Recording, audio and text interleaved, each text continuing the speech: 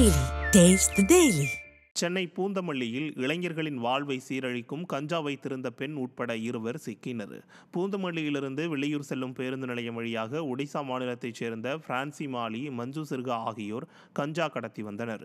இதையடுத்து அவர்கள் பிடிபட்ட நிலையில் அவர்களிடமிருந்து சுமார் 30 கிலோ கஞ்சா பறிமுதல் செய்யப்பட்டது.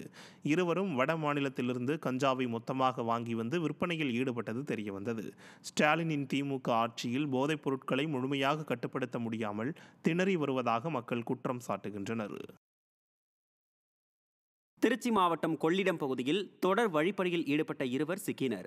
விருதுநகரைச் சேர்ந்த முருகானந்தம் என்பவரிடம் கடந்த 5ஆம் தேதி திருச்சி சென்னை தேசிய நெடுஞ்சாலையில் பழூர் அருகே இருவர் கத்தி முனையில் தங்க நகை மற்றும் பர்ஸை பறித்து சென்றனர்.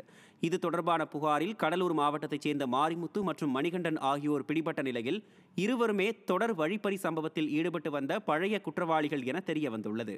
விடியா ஸ்டாலின் ஆட்சியில் ஏவல் துறை மீது பயம் இல்லாததால் பழைய குற்றவாளிகள் தைரியமாக தொடர் குற்ற சம்பவங்களில் ஈடுபடுவதாக மக்கள் குற்றம் சாட்டுகின்றனர்.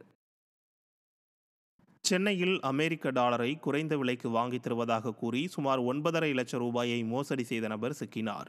சென்னையைச் சேர்ந்த ரப்பானி கான் என்பவரிடம் தேனி பண்ணைபுரத்தைச் சேர்ந்த லோகநாதன் என்பவர் அமெரிக்க டாலரை குறைவான விலைக்கு தருவதாக ஆசை காட்டி ஏமாற்றி சுமார் 9.5 லட்சம் ரூபாயை பெற்று மோசடி செய்தார்.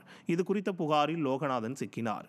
ஸ்டாலின் மாடல் ஆட்சியில் நித்தமும் புத்தம் புது முறைகேடுகள் அரங்கேறுவதாக பொதுமக்கள் குற்றம் சாட்டினர்.